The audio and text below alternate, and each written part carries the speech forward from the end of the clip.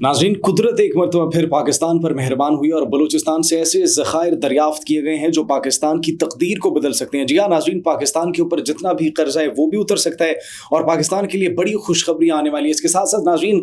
वज़ीरिस्तान के अंदर हमने आपको पहले बताया था कि तेल और गैस के कुछ ज़खायर दरियाफ्त हुए थे, उसके बाद दूसरी मरतबा फिर से दरियाफ्त हुए थे, तीसरी मरतबा बहुत अरसे के बाद एक मरतबा फिर से वो तेल और गैस के ज़खायर दरियाफ्त होते हैं और अब नाज़रीन चौथी मरतबा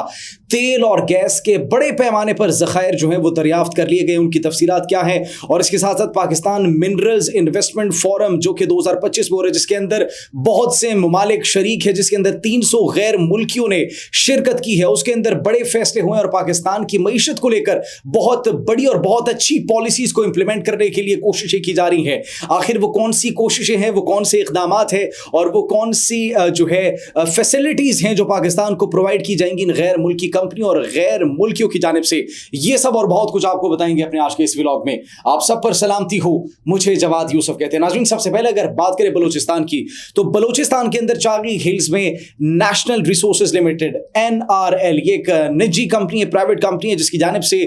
एक बयान सामने आया है और वो बयान ये है कि इन्होंने बहुत बड़े पैमाने पर चागी में सोने और तांबे और चांदी के ज़खायर जो है वो दरियाफ्त कर लिए। जी हाँ नाज़रीन, इनकी जानिब से सबसे पहले ये ऐलान किया जाता है और उसके बाद बाकायदा तौर पर ऐलान इसका पाकिस्तान मिनरल्स इन्वेस्टमेंट फोरम 2025 के मौके पर किया जाता है। ये वो फोरम है जो कि सिर्फ 2 दिन के लिए, जिसका इनेकाद किया गया था 8 और 9 अप्रैल के लिए, और इसके अंदर तकरीबन 2000 शुरका ने शिरकत की। अब नाज़रीन, 2000 शुरका में से इसके अंदर मुख्तलिफ ममालिक के मंदूबीन भी इसमें मौजूद थे। मुख्तलिफ ममालिक में अज़रबैजान शामिल था, अज़रबैजान के अलावा चीन शामिल था, अमरीका शामिल था, बरतानिया शामिल था और इसके साथ साथ गल्फ ममालिक भी शामिल थे और दीगर ममालिक भी शामिल थे। इसके साथ साथ अमरीका के वफूद ने जो इसमें शिरकत की, चीन के वफूद ने इस पर शिरकत की, इसके साथ साथ फिनलैंड, डेनमार्क और दीगर बहुत से ममालिक थे, यूरोपीय ममालिक भी थे, जिन्होंने पाकिस्तान के इस जो मिनरल इन्वेस्टमेंट फोरम है इसमें शिरकत की। इसका मकसद नाज़रीन सिर्फ और सिर्फ एक था कि पाकिस्तान के मादनी ज़खायर को मजबूत बनाना, पाकिस्तान के मादनी ज़खायर जितने भी मौजूद हैं पाकिस्तानी सरजमीन में, उनको दरियाफ्त करना और उनको पाकिस्तान की बेहतरी के लिए बरोकार लाना। अब चूंकि पाकिस्तान इतना डेवलप नहीं, पाकिस्तान एक डेवलपिंग कंट्री है, तो फिर दीगर ममालिक की जानिब से इन्वेस्टमेंट के लिए यहाँ पर जो है इस फोरम का इनेकाद किया गया था, जिसके अंदर मेहमान खुसूसी जो है वज़ीर आज़म पाकिस्तान शहबाज शरीफ मौजूद थे और चीफ ऑफ आर्मी साहब जनरल आसिम मुनीर भी इस तकरीब के अंदर शरीक थे, जिन्होंने खुशाइंद करार दिया और कहा कि हम मुकम्मल सिक्योरिटी फराहम करने के लिए और हर तरीके से ताउन करने के लिए उन तमाम ममालिक के साथ जो हमारे मुल्क में आकर इन्वेस्टमेंट करेंगे भरपूर तरीके से तैयार हैं, उनकी हिफाजत हम यकीनी बनाने के लिए तैयार हैं। और इसके साथ साथ नाज़रीन, वज़ीर आज़म शहबाज शरीफ की जानिब से बयान सामने, उन्होंने शुक्रिया अदा किया उन तमाम ममालिक और मुख्तलिफ जो इन्वेस्टर्स हैं उनसे मुलाकात की, मुख्तलिफ वफूद से मुलाकात की, गैर मुल्की वफूद से मुलाकात की, उनके साथ मुलाकात को खुशाइंद करार दिया और ये भी कहा कि पाकिस्तान को IMF से कर्जा लेने की अब मजीद कभी भी ज़रूरत नहीं होगी अगर ये प्रोजेक्ट जो है वो कामयाब हो जाता है। अब नाज़रीन, इसी प्रोजेक्ट के दौरान जहाँ पर इतनी ज़्यादा ममालिक मौजूद थे, इतनी कंट्रीज मौजूद थी, नेशनल रिसोर्सेज लिमिटेड की जानिब से उनके CEO जो है मोहम्मद अली टब्बा, उनकी जानिब से एक बयान सामने आता है और वो ऐलान करते हैं कि हमने बड़े पैमाने पर नाज़रीन, बड़े पैमाने पर सोने और तांबे के ज़खायर जो है वो दरियाफ्त कर लिए the Chagai hills of Balochistan. मतलब नाज़रीन, पाकिस्तान के लिए एक बहुत बड़ी खुशखबरी है कि पाकिस्तान वो मुल्क जो कि मादनी ज़खायर से मालामाल है, जिसके अंदर बहुत सी मादनियात मौजूद है, जिसके अंदर बहुत से आप कह लें कि ऐसे मिनरल्स मौजूद हैं जो पाकिस्तान की तकदीर को बदल सकते हैं, जो पाकिस्तान की इकोनॉमी को बेहतर बना सकते हैं, जो पाकिस्तान की इकोनॉमी को स्टेबलाइज कर सकते हैं, पाकिस्तान की गिरती हुई मईशत को, टूटती फूटती हुई इकोनॉमी को जो है वो कामयाबी की राह पर और तरक्की की राह पर गामजन कर सकते हैं।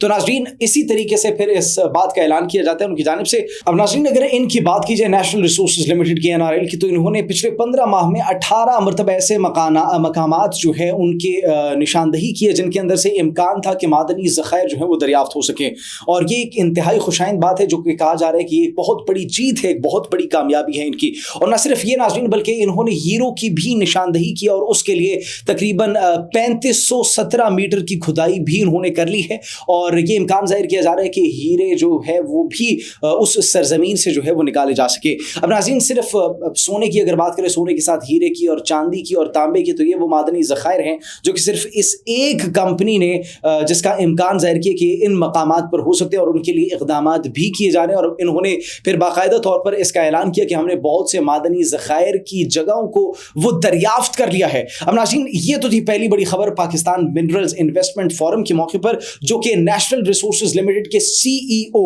محمد علی ٹبا کی جانب سے کی گئی. اب ناظرین اس کے ساتھ ساتھ اگر وزیرستان کی بات کی جائے تو وزیرستان کے اندر ہم نے آپ کو بتایا تھا کہ وزیرستان کے اندر پہلے بھی معدنی ذخائر جو ہیں وہ بہت سے دریافت کیے گئے تھے, اور ہم نے اسپن ون کنویں کا آپ کو ذکر کیا تھا جس کے اندر سے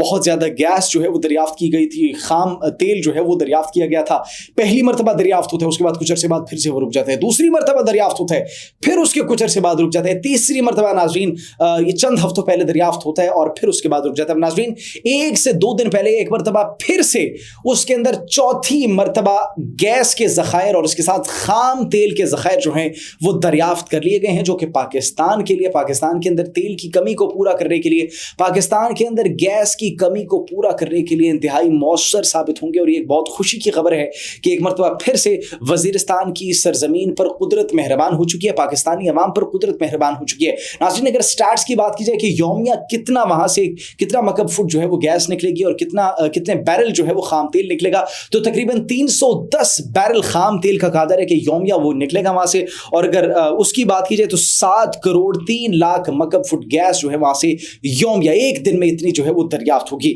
اب ناظرین یہ 2 بڑی خوشخبریاں تھی پاکستانی عوام کے لیے. ایک تو بلوچستان کے اندر چاقی ہلز کے اندر سب سے پہلے اتنے بڑے پیمانے پر ذخائر کا دریافت ہونا, اور دوسری بات وزیرستان کے اندر اسپن ون کنویں کے اندر سے ایک مرتبہ پھر سے